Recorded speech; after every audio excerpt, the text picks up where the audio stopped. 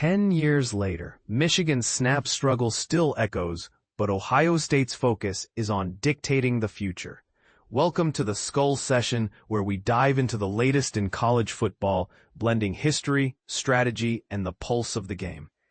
But here's where it gets controversial. While some teams are still haunted by past mistakes, others are laser-focused on shaping the future. And this is the part most people miss. It's not just about avoiding errors. It's about dominating every second on the field. A decade-old snap still resonates. Believe it or not, a single botched snap from 10 years ago still lingers in the minds of Michigan fans. The Athletic's Joe Rexrode recently revisited this infamous moment in an oral history piece featuring insights from Mark D'Antonio, Tom Izzo, Jake Butt, and Sean McDonough, among others. It's a fascinating read that reminds us how one small mistake can become a defining moment in sports history. But let's be honest, while Michigan was struggling with snaps, Ohio State was busy building a legacy of dominance. And that brings us to today.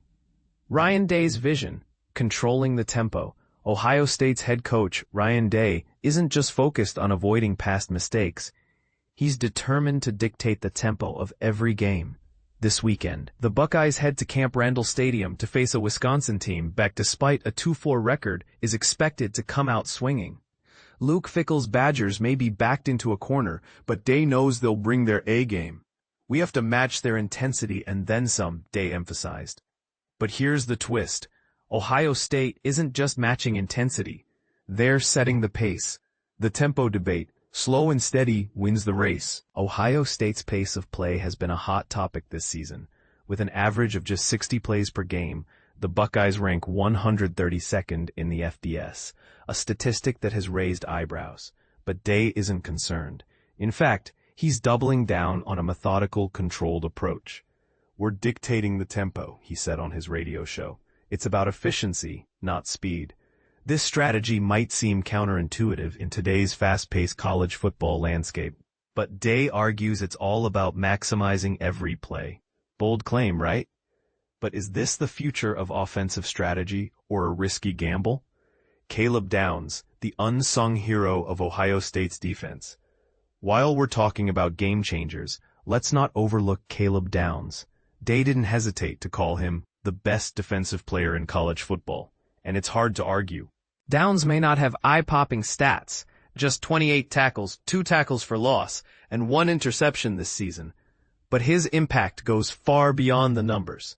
As Day puts it, he's the man that makes it all happen. Downs' ability to communicate, lead, and elevate those around him is what sets him apart.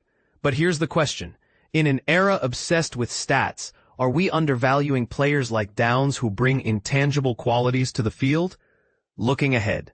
Ohio State's path to dominance. As the Buckeyes prepare to face Wisconsin, one thing is clear. They're not just playing to win, they're playing to dominate. Day's focus on tempo, efficiency, and leadership has positioned Ohio State as a force to be reckoned with. But the real test lies ahead. Can they maintain this level of control against tougher opponents? And what does this strategy mean for the future of college football? Final thoughts. The tempo debate is just beginning. Ohio State's approach to dictating the tempo is both bold and calculated. It challenges conventional wisdom and invites debate. Is this the future of offensive strategy or a temporary tactic? Only time will tell. But one thing is certain.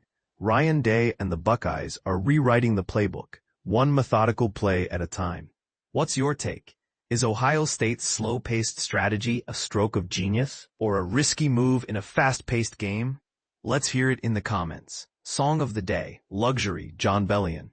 Cut to the chase, Ace Frehley, Kiss's original lead guitarist, passes away at 74. FIFA announces over 1 million tickets sold for the 2026 World Cup. A Texas farmer discovers a piece of NASA equipment in their field, and the music world mourns the timeless legacy of D'Angelo.